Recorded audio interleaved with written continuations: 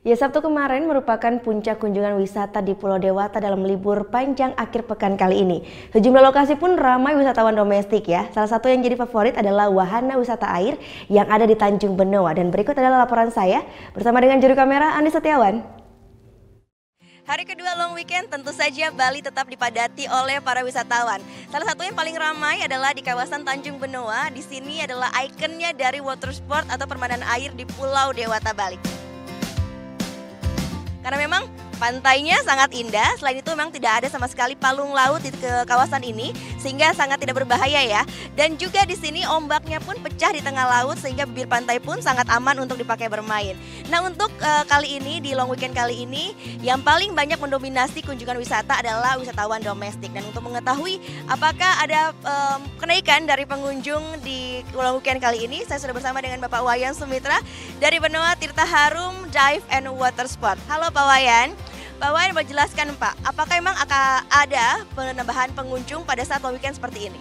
Ya, jadi untuk tambahan pengunjung pada saat long weekend itu memang ada. Jadi kenaikannya sekitar 30% dari hari-hari biasanya. Yang paling banyak masih domestik Pak kali ini ya? Iya, masih domestik. Dan juga ada yang lain? Ada kayak Australia, Eropa, Prancis ada juga. Selain jet ski, apakah ada wahana baru Pak yang ditawarkan? Ya, jadi untuk wahana baru kita punya baru yang parasailing adventure. Ya, jadi di sini parasailing adventure dia start sama landingnya itu di boat. Jadi tamu nanti akan merasakan nyaman dan caranya juga sangat gampang nanti. Dan semuanya keamanan terjamin ya Pak? Ya. Nah, itu dia keseruan permainan air di kawasan Tanjung Benoa.